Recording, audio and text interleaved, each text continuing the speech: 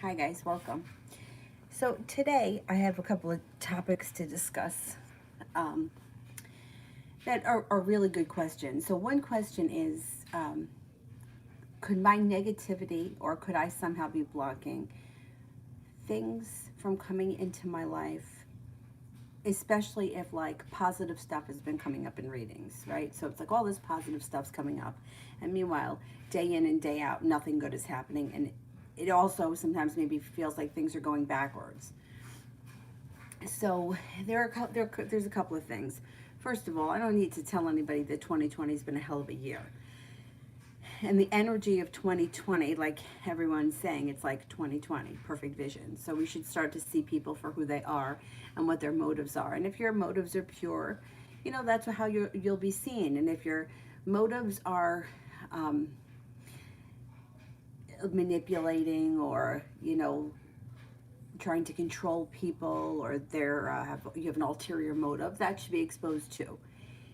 So with all of this, I feel that, and I've talked about this before, like there's like a spectrum of people that are highly empathetic versus people that are highly narcissistic.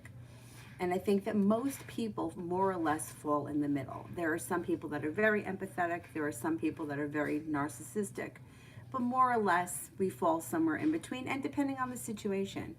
Somebody like me, like I can pick up feelings easily.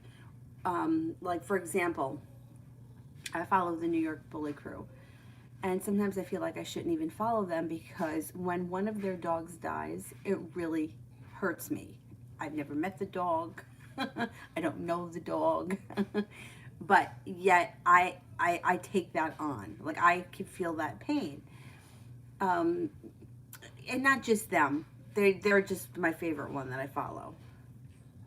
But when you are able to feel that deeply, it's a curse, it's also a gift. Somebody once told me, psychic told me years ago that my gift was love. That you know how to love. Like that's your gift. But with that, you feel such great pain when you're hurt. When you get hurt, you get really hurt. When you love really hard. And I agree with that. So it's like everything is like an even trade off. You may not be moved by the dog's passing, but you might not also feel the love that they give or the joy that they give as much. So, whereas I can feel both very deeply, and sometimes I don't want to feel anything, and I'm like, enough. Like, I just want to be numb because that's easier. And some people are numb, and those people don't feel as much. So, can you block negativity? And we're in a world that is full of negativity. Everything is negative. The news is negative. Gossip is negative. Standing in line at the grocery store, you're inundated with the Inquirer, how many people Jennifer Aniston has divorced, how many affairs so and so is having with so and so. It's negative. So it's hard to combat all of that negativity when there's little positivity. Like I think the news is like what, 97% negative. Every once in a while there's like a good story.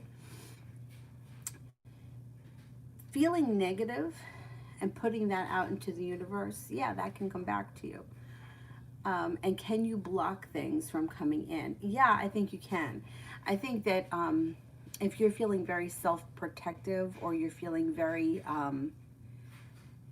withdrawn, I think that can, it can put up a wall, that's kind of tells people, places, things, opportunities. I'm happy where I am. Please don't enter my bubble. But what holds up things that we're waiting for, really, I believe, is um, the constant thought and the resistance that gets built around it.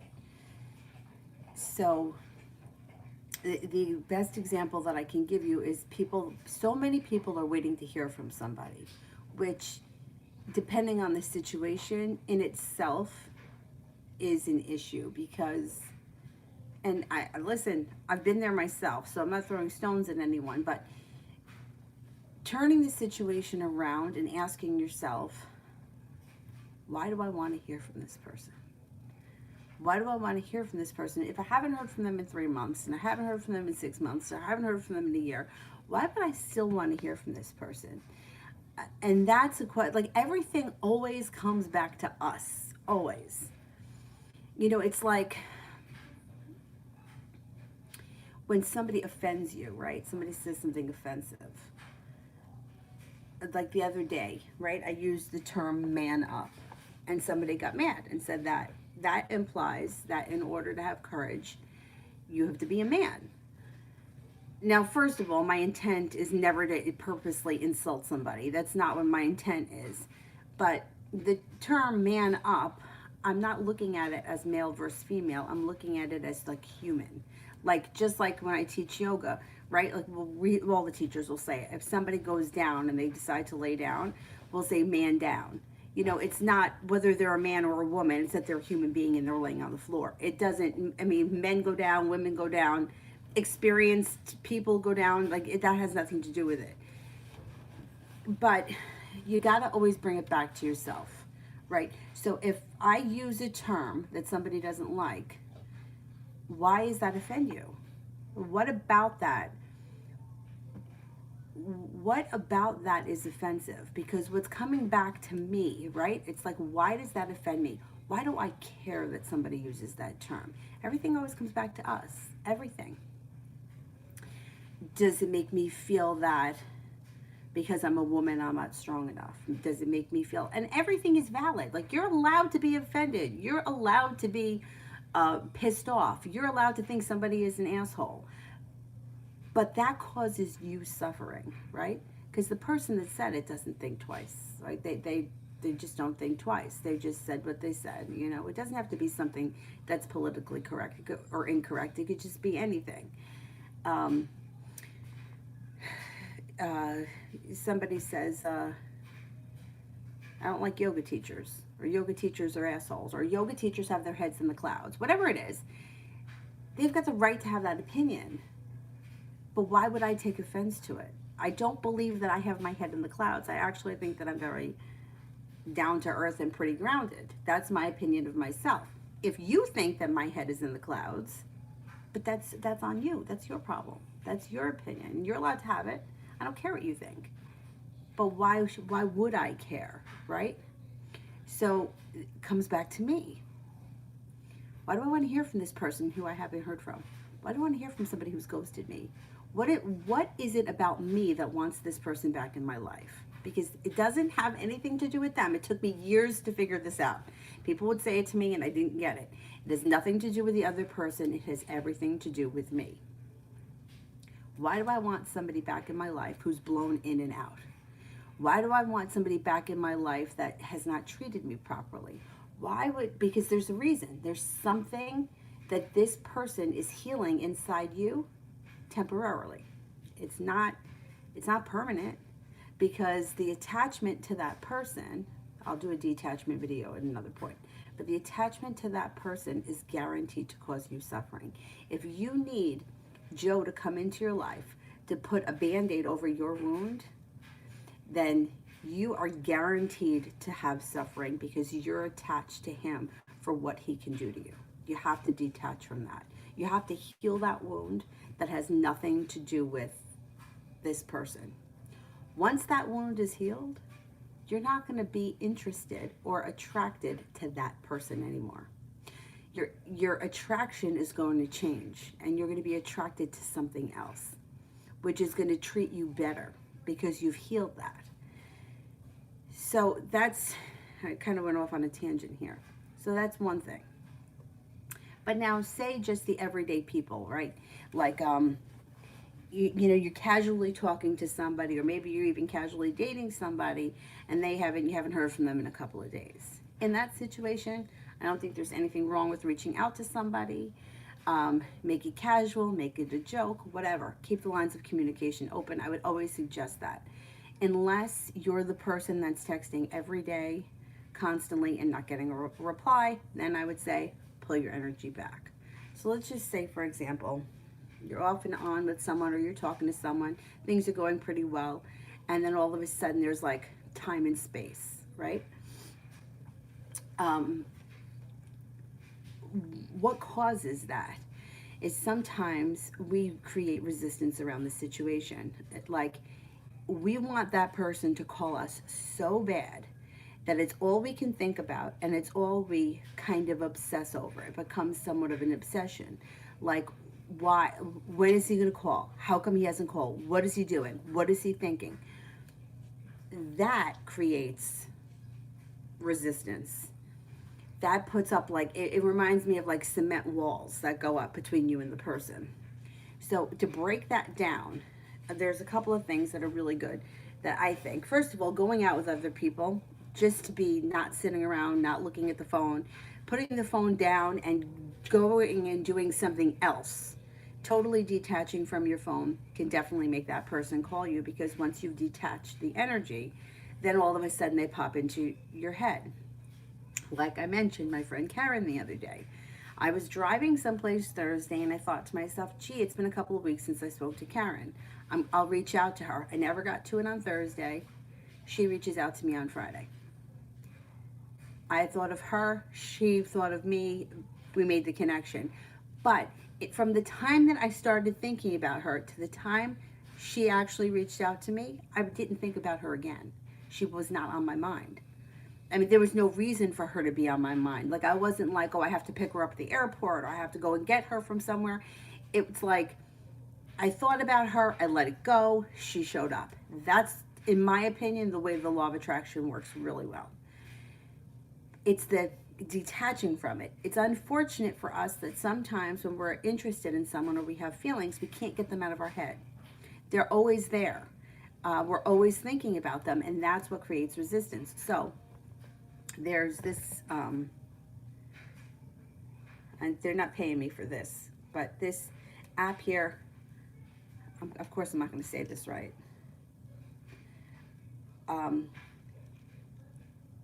Lumosity. It's Lumosity. It's this guy down here, the orange button, Lumo City. I know I'm not saying that right. Whatever. But it's like brain exercises. So when your brain is like wrapped up in an exercise like this, you really can't think about something else. And if you're on the phone playing this, you're not really obsessing over who's reaching out to you because you're wrapped up in the game. So things like that are great to do because your brain really needs to be focused on it, because it's a brain thing. It's not like, hey, I'm washing the dishes, but I'm talking, but in my back of my mind, I'm having an argument with Joe as to why he hasn't called me back. You know what I'm saying? Like, it's like I'm really, my focus is elsewhere and my energy has been cut. So things like that are great.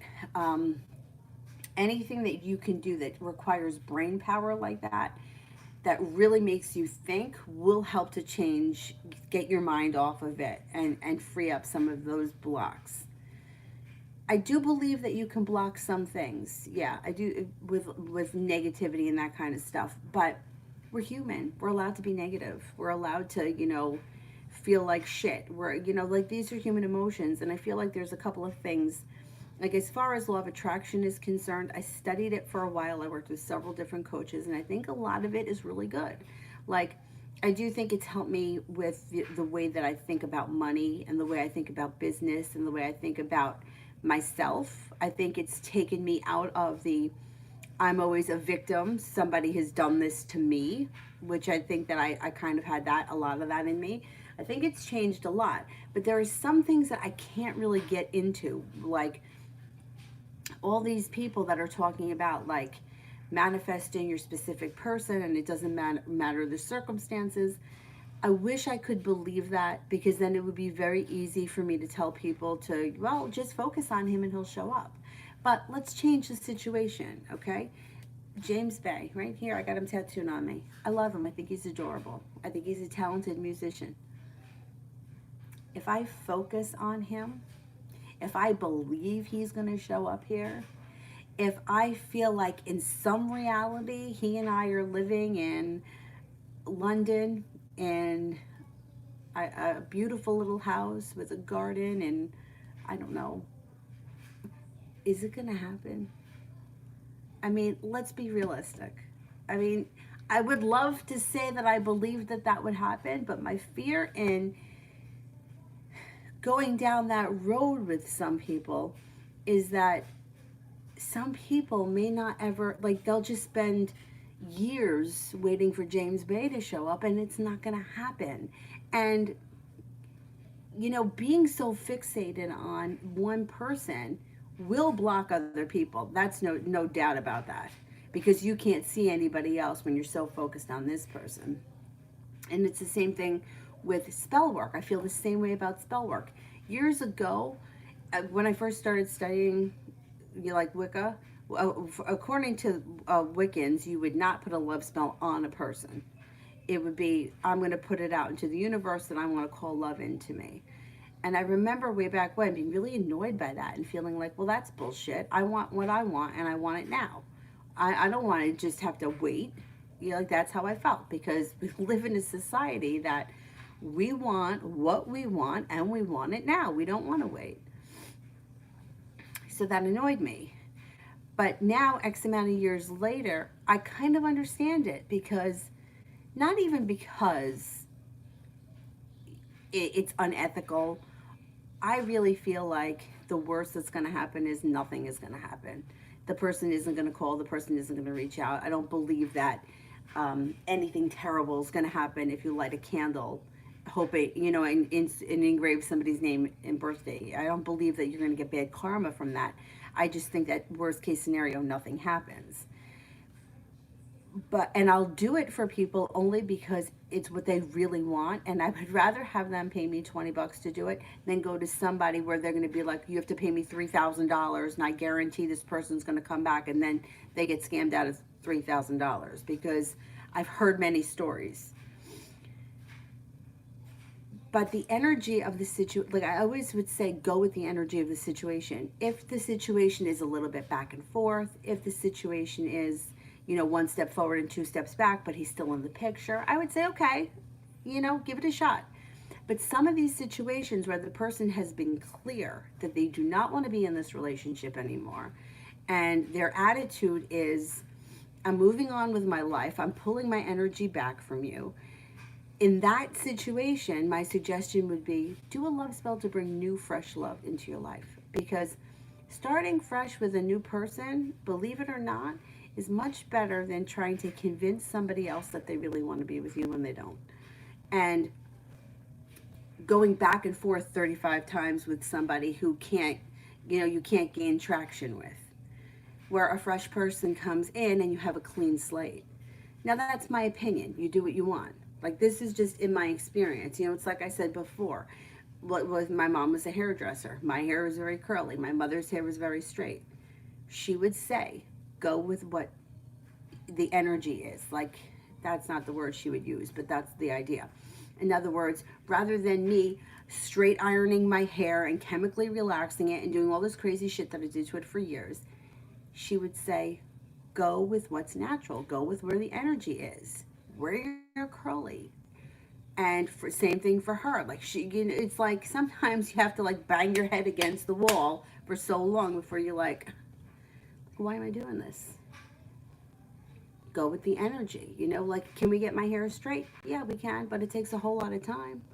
It takes a whole lot of damage. It takes a whole lot of equipment, where I could wash my hair and walk out of the house with it wet and leave it curly. But we want what we want when we want it. And that's why we do these things. And, I'm like everyone else, so I'm not throwing stones. This is just in my experience over the years, what I've learned. So same thing with spell work, and the same thing with law of attraction. Like, you can call in new love. You can manifest that. That's easy. But getting caught up in it has to be this person, and he has to call me, and when is it going to happen? And he hasn't called yet. What is he doing? That builds a lot of resistance. So that could be talking about the person. I mean, we tend to, I don't do it anymore, but years ago, I would be on the phone with my friend constantly. well, what do you think of this? And maybe he thought that. And if I said this to him, maybe he would think this. And then, I'll do that. And, you could tell him this. And all of this crazy shit that went out into the universe. And it made a lot of mass confusion. And at the end of the day, what happened? Nothing. So constantly talking and thinking about it, all of that is like a lot of, it's going out into the universe. The other thing is, and I said it a million times, with the cyber stalking and the, looking for people and manipulating things and wanting to know, did somebody go on my page and see this, and what did he think of that, or tracking somebody. All of that is, first of all, it's manipulating.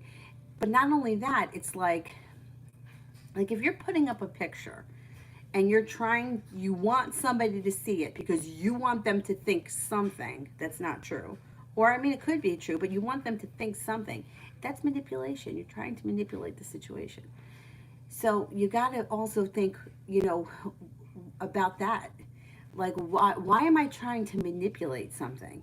If I'm manipulating this, that manipulation is going to come back to me.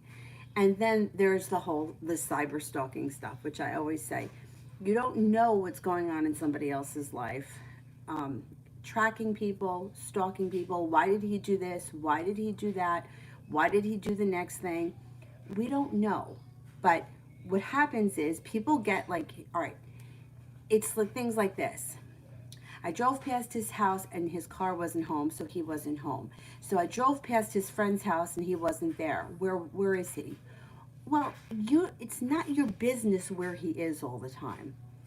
Imagine if somebody was doing that to you, right? But then it goes even deeper. Then it's like, people start doing things like they want to know well, why is he doing this? And did he see the picture? And did he read this? And just let things happen. Just let things happen the way they happen. Because it creates around the situation obsessive energy. It's obsessive. I don't know how else to say it. If you're constantly on somebody else's page, looking for what they're posting, wondering who this person is, wondering who that person is, wondering where they are, it gets obsessive. And then you've got the other side of it where people are only putting up what they want you to see. So now they're putting up a facade, you're writing a story that may or may not be true, and you're drawing a conclusion that is probably nothing near to what reality is. And none of this, I feel, is healthy. When we could step away from the situation, clear the slate, and focus on calling in somebody new, and with clean energy that doesn't have any of this breaking up, getting back together, fighting or ghosting each other, which drives me nuts, and lying and everything else. Like my friend used to say, you can't polish a turd. Like, you can't polish a turd and make it a piece of gold. Go out and get gold. Like, it's out there. There's somebody better out there, I promise you. But you're trying to polish a turd in this situation, right? So just being open to other things. And I would be the most resistant years back. Like, I didn't want to fucking hear it. I don't want anybody to tell me anything. And the older I got, the more I started to see that was like, I was holding myself back. Like being so focused on this thing, and then you don't see everything else. If you're just looking at this, you can just see this. But if you're looking in the distance, like there's other things. So I hope that that's helpful. I mean, look, I'm very honest, and I tell you guys all the time, I am not the kind of person that's had a lot of opportunities with anything. I mean, the jobs that I had, I worked at for years. The guys that I was with them for years. Situations that I've been in has been years. There are other people, like I had friends in high school that had like 3-4 jobs while we were in high school. I haven't had 3 or 4 jobs in my life. With yoga, I have, because, you teach at different studios. But otherwise, it was the accounting job and my job at the supermarket that I was there forever. So I understand what it's like to be stuck. But sometimes it's, it doesn't help obsessing over something, especially when you're not getting anything out of it. Now, as far as just feeling like energy is stuck all around you, it's similar. It's not that you may not be obsessing over like one job opportunity, but you may be really focused on, I'm never going to find another job.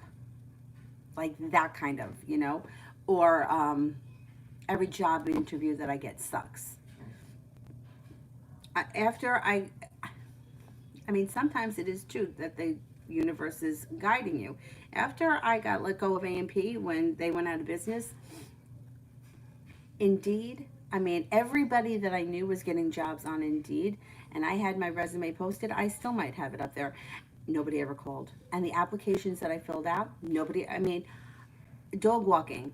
Like, I've had dogs my whole life. Like, why can't I work at a dog kennel? I mean, I don't get it. Nobody called me back. um, uh, Working in a daycare, didn't get hired at the daycares. I mean, like 16-year-olds work at daycares. No, they didn't call me back. I mean, what the hell? But I feel like that was a combination of a couple of things. I felt like I was kind of blocking that because down deep in my soul, I don't think that I really wanted to do that. The dog thing, I did. My fear around the dog thing was that if I became a dog walker and I had to go to people's houses, I wasn't real comfortable in going in people's houses when they weren't home. And I didn't want to add any more mileage to my car. I was already doing crazy miles with teaching yoga. I didn't want to start driving around to walk dogs. Um, so that was my fear around that. And working in a daycare, I don't really think I wanted to do it. So I think that if I'm honest with myself, my energy I was putting out at the time was kind of like, you know what, if I don't get this, I won't be upset. So I think that that was part of it. Um, because there were plenty of jobs out there. Right up the street, a mile up the street from here, there was, I can't remember the name of the daycare, but I believe it's a chain of some type. Last summer, while I was pregnant with Avery, and I was thinking, oh, this is great. It's a mile up the street. Even in terrible weather, I could get here. And then I could bring Avery with me to work. Perfect. Emailed, called the number, left messages. Nobody got back to me. I'm like, the sign here says hiring. I took a picture of the sign because I'm like, maybe I'm crazy. And it had like, it was, I don't remember the name of it, but it had like blocks, like baby blocks on it. It's daycare. Never heard from them again. Um, they're a daycare now, but it's a different name. I don't think that original place opened. But anyhow, it's just like the energy I was sending out, I believe, was like, I don't really want this. Like, I'm going to do it because it's close. I'm going to do it because it might work with my life, but I don't really want this. Like, it's not really what I want. So I think that there is something in the way that we're feeling.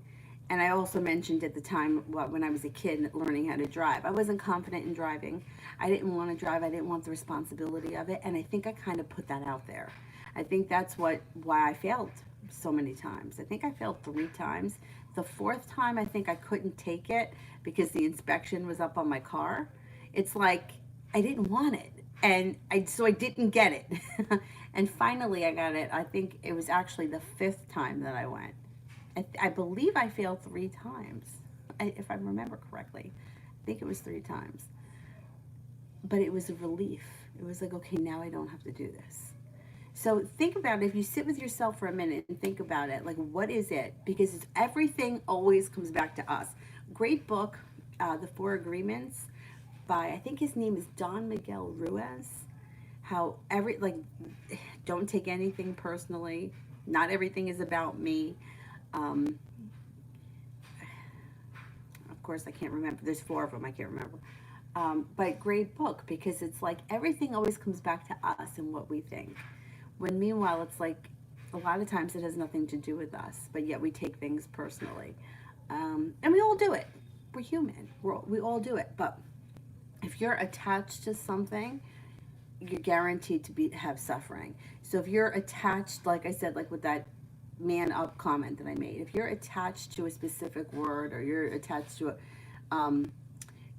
whatever it is, a person, a word, a situation, you're guaranteed to have suffering, because we want to be detached. And where I find it to be most difficult is with children. That was a problem I had once with the detachment thing, which I'll get into in another video. But I posted, somebody very close to me was having trouble with one of his sons. And I posted something, and one of my yoga teachers, one of my yoga friends who's a teacher who's been teaching longer than me, her comment to me was, detachment, let go of it, because otherwise you're guaranteed to suffer. And I was like, but what happens if it's your child? Even if it's an adult child, like the kid was grown, he was old enough. But how do you let go of that? That's the heart of, that to me, I is very difficult. The whole idea of detachment is difficult. But being attached to a person, place, or thing, or an outcome, or insults, whatever it is guaranteed suffering. And everything always comes back to me, the way that I feel. So think about that, especially when you're dealing with certain people in your life. Like, what is it about this person? Like, why do I need that person to call me? Why do I need this person to reach out to me? This person has not called me in 6 months. Why do I want to still speak to this person? And just see if you can come up with what the answer is, because it's not about the other person. It's about what's going on inside you. It's about what they represent to you, or what it temporarily fixes for the moment. Anyway, that's enough of my babbling. Let me know what you think, and if that was helpful. I think it's so hard to really explain the energy thing. You reach out to someone, right? You send them a text message, and then, like, you ever have this happen? Like, you reach out to someone, send them a text message, and like 2 minutes later, somebody else texts you, and you're like, motherfucker. You hear the thing go off, and you're like, think it's them, and it's not, and it's so annoying. Or worse, you're in some kind of a group thing, and then everybody's responding. This is so annoying. It would drive me crazy. There would be like a text from one of the yoga managers, right? Asking, somebody cover tonight at 5 o'clock? And it would be like 8 people or 9 people.